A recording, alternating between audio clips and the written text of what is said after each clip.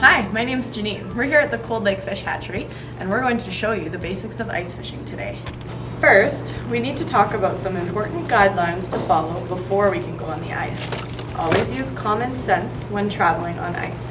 If you're an experienced ice fisherman, always measure the thickness of the ice before traveling across it. You can do this by using an ice pick or auger to create a hole, and then measure the thickness of the ice with a tape measure. If you're not comfortable doing it yourself, you can contact government officials, national parks, and experienced local fishermen.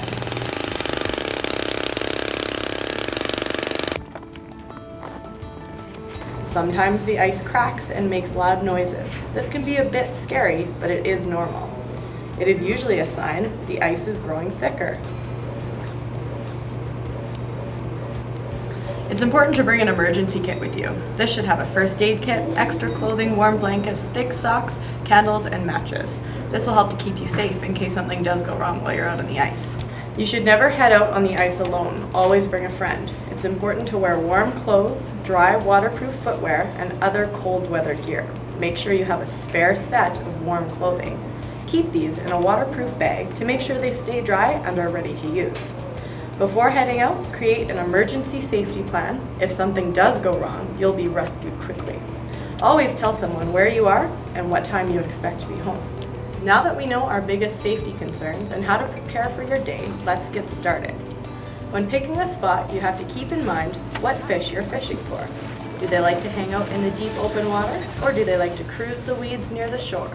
Make sure you clear the snow away before setting up your tent so that you can see the ice. We need to make a hole through the ice, and for that we need to use an ice auger.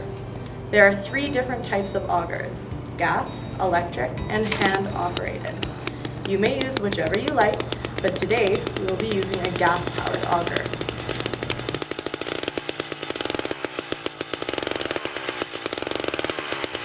Now that our hole is drilled and ready, we need to get our fishing rod ready. When ice fishing, we use shorter rods than what we would use in the summertime. The rod is shorter because we do not need to cast, and we might be in a tight space, like inside of this tent. You can use a spin rod with an open face reel or a rod with a closed face reel. Check out our other equipment videos if you are interested in learning more. Bait your hook or pick a lure depending on your local regulations, grab a chair and let the line drop into the hole. Sit back and relax in the comfort of your tent and let the fun begin. When you're ice fishing, it is legal to use 2 lines at once, so let's take a look at another method of ice fishing. This is called a tip-up. There are many different styles, but they all work the same. Most tip-ups are designed so that the spool is underwater while the tip-up is set up. The water protects the spool and line from freezing in the cold air. Other tip-ups use a windlass design that keeps the line spool and most of the tip-up above the water. Drop your line into the water and secure the flag and tip-up rig. When a fish bites your hook, the flag will spring up. Walk out to the tip and set the hook quickly. If the fish wants to run with your line, let it and reel it in slowly. If you catch a fish, remember to handle it properly. If you're not too sure how, check out our catch and release fishing video. Hopefully you've learned enough to go ice fishing. Stay warm out there.